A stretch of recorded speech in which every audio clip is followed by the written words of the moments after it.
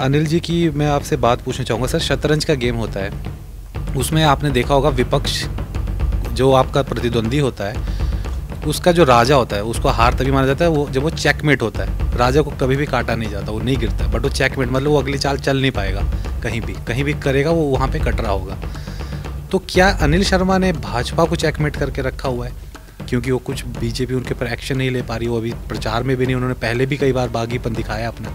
या फिर भाजपा ने अनिल शर्मा को चेकमेट करके रखा है कि उनको एक चक्रव्यूह की रचना की है जिसके अंदर वो फंस के रह गए। क्या कहेंगे इसमें? जुब्बल में ऐसा क्या हो गया सर? आप मतलब उनको मना नहीं पाए बरागटा जी? आईटी देख रहे थे लंबे समय से, काफ़ी लंबे समय से उनका पार्टी के लिए बढ़िया योगदान रहा। नॉमिनेशन वापस लेने का लास्ट डेट था सर, उस दिन अंडरग्राउंड हो गए थे, तो आपने कहाँ ढूंढा था उनको?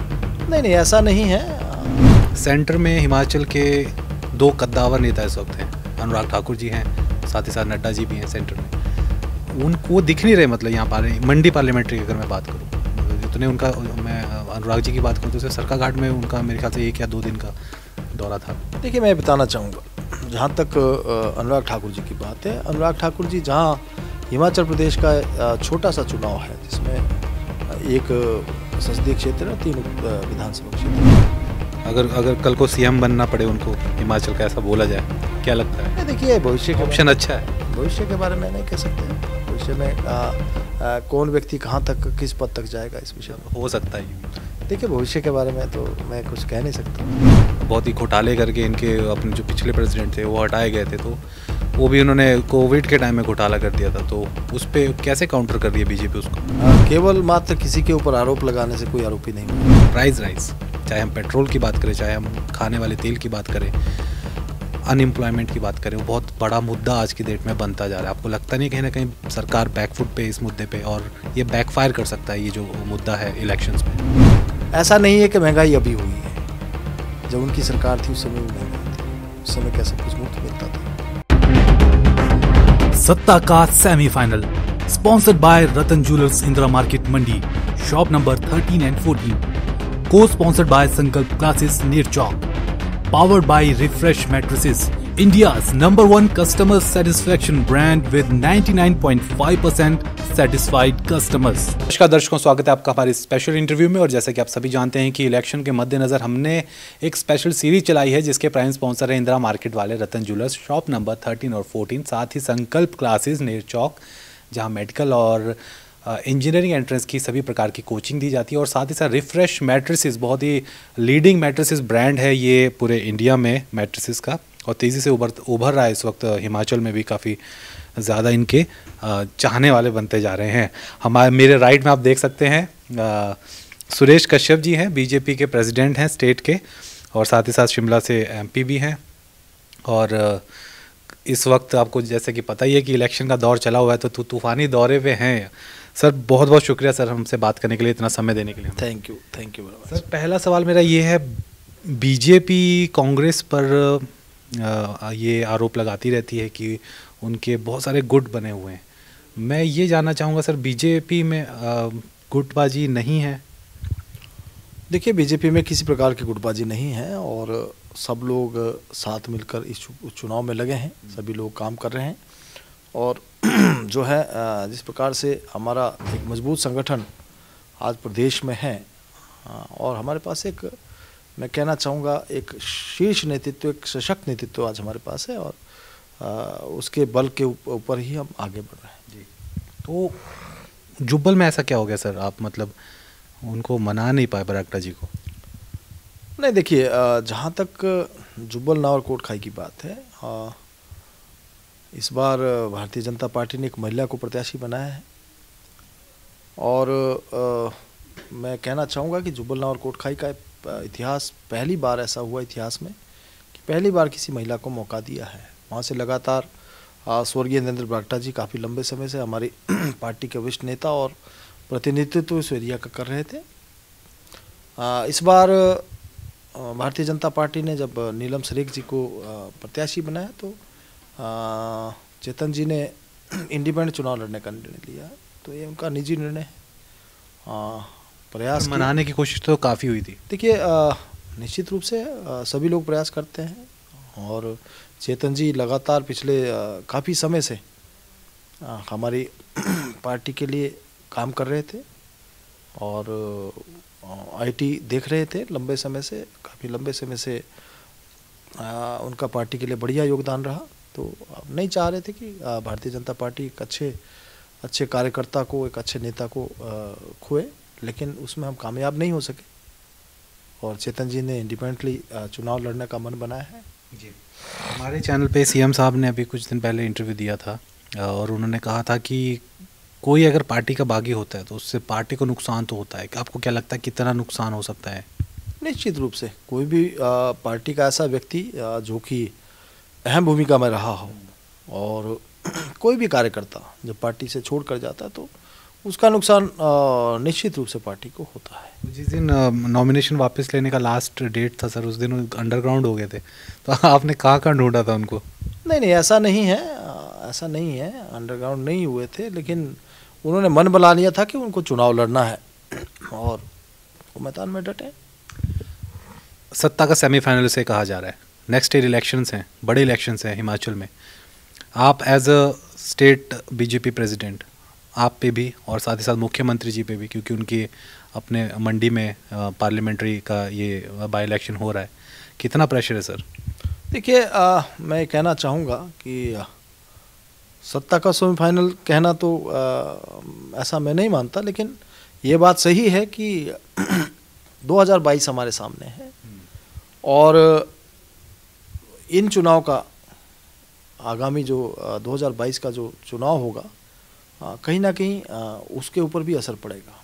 तो भारतीय जनता पार्टी इस चुनाव को भी हल्के में नहीं ले रही है, उसको भी एक उसी प्रकार का चुनाव मान रही है, क्योंकि इस समय भी 68 में से 20 विधानसभा क्षेत्रों में चुनाव हो रहा है, जिसमें 17 जो हैं इस मंडी संसदीय क्षेत्र के और 3 जो हमारे उपचुनाव हो रहे हैं। तो ये भी एक बहुत बड़ा चुनाव है, लेकिन इसे सेमीफाइनल कहा जा रहा है क्योंकि उसके कई पिक्चर क्लियर हो सकती है। लेकिन मैं इतना कहना चाहूँगा कि जो मंडी संसदीय क्षेत्र का चुनाव ये केंद्र सरकार में सांसद के रूप में हमारी जो केंद्र की सरकार है उसमें सांसद जाएगा।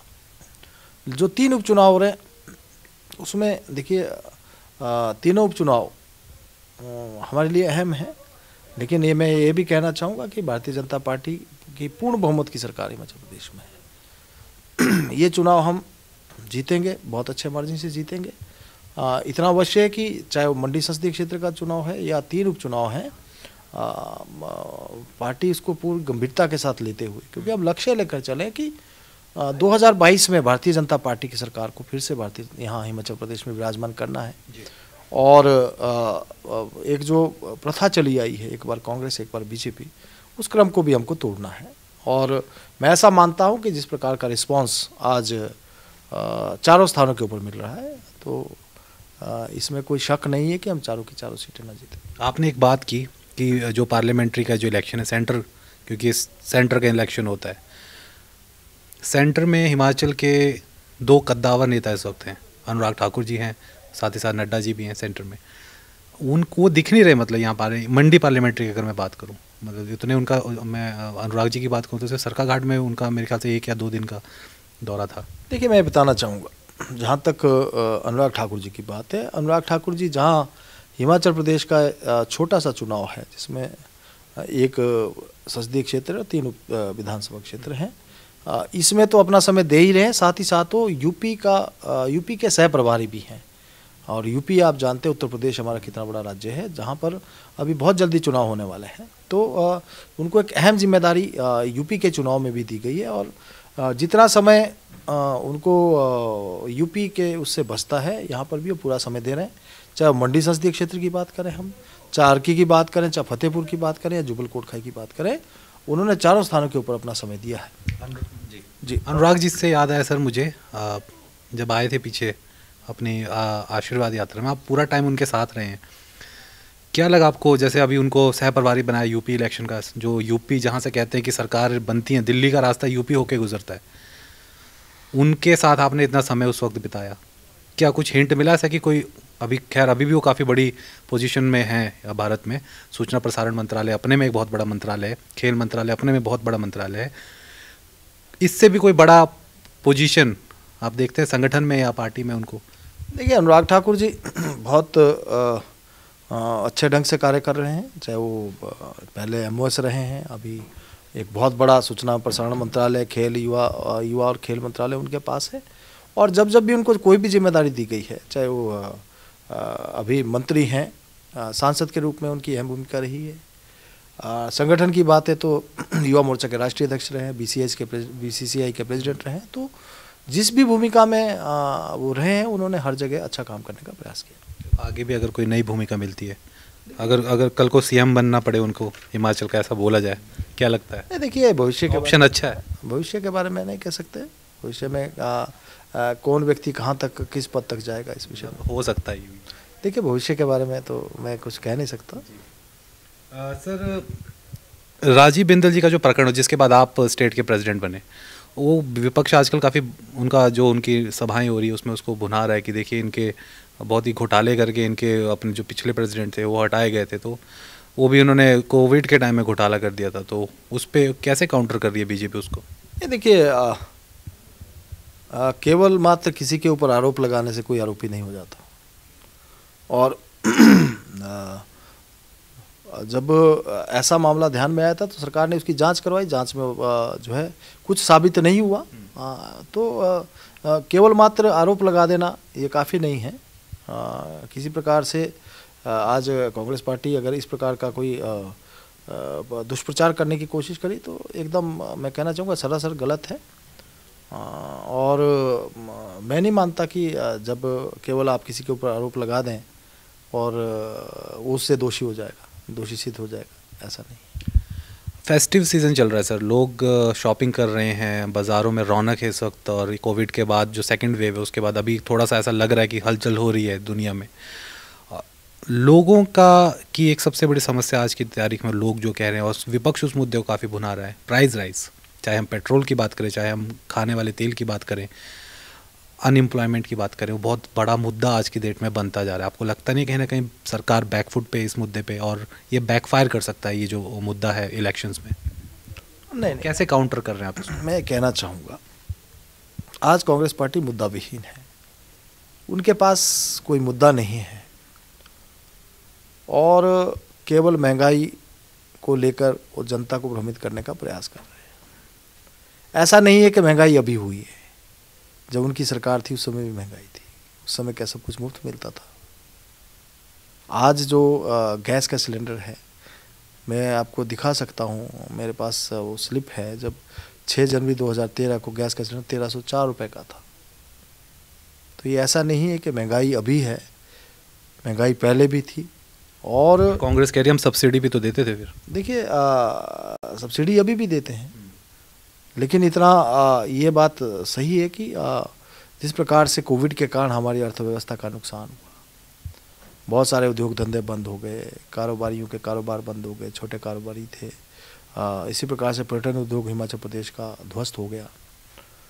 बहुत सारी वस्तुएं, बहुत सारे जो हम मैन्युफैक्चरिंग के लिए रॉ मटेरियल बाहर से मंगवाते थे, रॉ मटेरियल महंगा हो गया, कोविड के कारण सप्लाई नहीं आ रही है। तो बहुत सारे इश्यूज़ ऐसे हैं कि जिसकी वजह से महंगाई बढ़ी है, आवश्यक वस्तु के दाम बढ़े हैं। लेकिन सरकार प्रयास कर रही है कि जिस प्रकार से भी हो सके लोगों को राहत दी जा सके।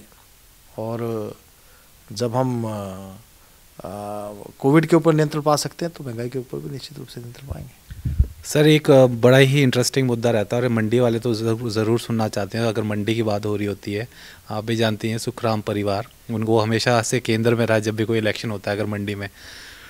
अनिल जी की मैं आपसे बात पूछना चाहूँगा। सर, शतरंज का गेम होता है, उसमें आपने देखा होगा विपक्ष जो आपका प्रतिद्वंदी होता है उसका जो राजा होता है उसको हार तभी माना जाता है वो जब वो चेकमेट होता है। राजा को कभी भी काटा नहीं जाता, वो नहीं गिरता है, बट वो चेकमेट मतलब वो अगली चाल चल नहीं पाएगा, कहीं भी करेगा वो वहाँ पे कट रहा होगा।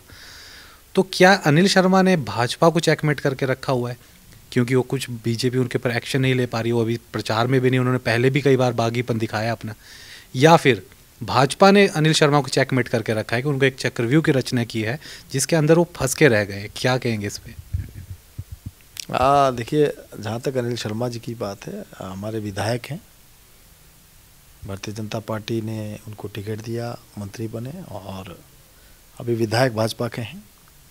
और मुझे विश्वास है कि भारतीय जनता पार्टी के लिए काम भी कर रहे होंगे। ऐसा विश्वास है आपको? और वो दिखते तो है नहीं कहीं भी। देखिए, मुझे विश्वास है कि भारतीय जनता पार्टी के लिए काम। आपकी बातचीत होती है उनसे? बातचीत होती है। क्या बोल रहे थे अभी? रिसेंटली कोई बातचीत हुई हो? रिसेंटली अभी बातचीत नहीं हुई है, लेकिन भारतीय जनता पार्टी के विधायक है, निश्चित रूप से भाजपा के लिए काम कर रहे हैं। सुरेश कश्यप जी को हम आगे कहाँ देखते हैं सर नेक्स्ट ईयर किस भूमिका में देखेंगे सुरेश जी? ये तो बड़ा ऐसा आपका सवाल है। मैं अभी सांसद हूँ शिमला संसदीय क्षेत्र से और प्रदेश का अध्यक्ष हूँ। पार्टी जो जिम्मेदारी सौंपेगी उसका निर्वहन करेंगे। जब भी पार्टी ने जो भी आदेश किया है हमने उसको निभाया है, वो चाहे विधायक के रूप में हो, सांसद के रूप में या प्रदेश अध्यक्ष के रूप में। इसके अलावा भी जब जब संगठन में मुझे कार्य करने का मौका मिला, मैंने अपनी ओर से पूरा प्रयास उसके लिए किया है। और सबसे पहले पंचायती राज संस्थाओं से मैं जुड़ा, बीडीसी का मेंबर रहा, वहाँ से मेरा राजनीतिक करियर की शुरुआत हुई है। और मैं अभी तक जिस भी भूमिका में रहा हूँ मैंने अपनी ओर से 100% देने का प्रयास किया। एयरफोर्स में भी रहे हैं? हाँ, मैं एयरफोर्स में भी रहा हूँ, 16.5 साल एयरफोर्स में रहा हूँ। और एयरफोर्स में मुझे विभिन्न स्थानों के ऊपर कार्य करने का मौका मिला। उसके बाद मैं एयरफोर्स से रिटायरमेंट लेने के बाद पंचायत समिति का मेंबर बना, 5 साल पंचायत समिति का मेंबर रहा। 2007 में मैंने पहला चुनाव लड़ा था, लेकिन पहले चुनाव को मैं थोड़े से मतों से हार गया था। 12 में विधायक बना, फिर 17 में विधायक बना, फिर 19 में सांसद बना।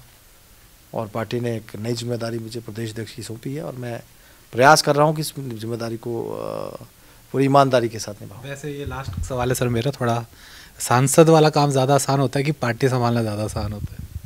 देखिए, दोनों की भूमिका जो है अलग अलग है। सांसद जो है एक संसदीय क्षेत्र के लिए होता है, प्रदेश का अध्यक्ष। ज़्यादा मुश्किल कौन सा काम है? देखिए, मैं तो दोनों काम संभाल रहा हूँ। बखूबी संभाल रहे हैं, ये आप बता सकते हैं। Thank you. ये थे सुरेश कश्यप जी, बीजेपी के प्रेसिडेंट हैं हिमाचल बीजेपी के। और देखिए, आप देख ही सकते हैं बड़ी बेबाकी से इन्होंने सभी सवालों के जवाब दिए और पूरी उम्मीद है इन्हें कि बीजेपी फ्लाइंग कलर्स के साथ इन इलेक्शंस में उभरेगी और कोई गुटबाजी नहीं है, ये भी इन्होंने कहा। और कई चीज़ें भविष्य के गर्भ में छिपी हुई है, भविष्य वक्ता नहीं है, ऐसा भी इन्होंने बीच में कहा। सुरेश जी, हमें समय दिया आपने इतने बिजी शेड्यूल के बीच में से, बहुत बहुत शुक्रिया आपका सर। Thank you. फेसबुक पर पोल स्टार हिमाचल का पेज लाइक करें और यूट्यूब पर हमारा चैनल सब्सक्राइब करना ना भूलें।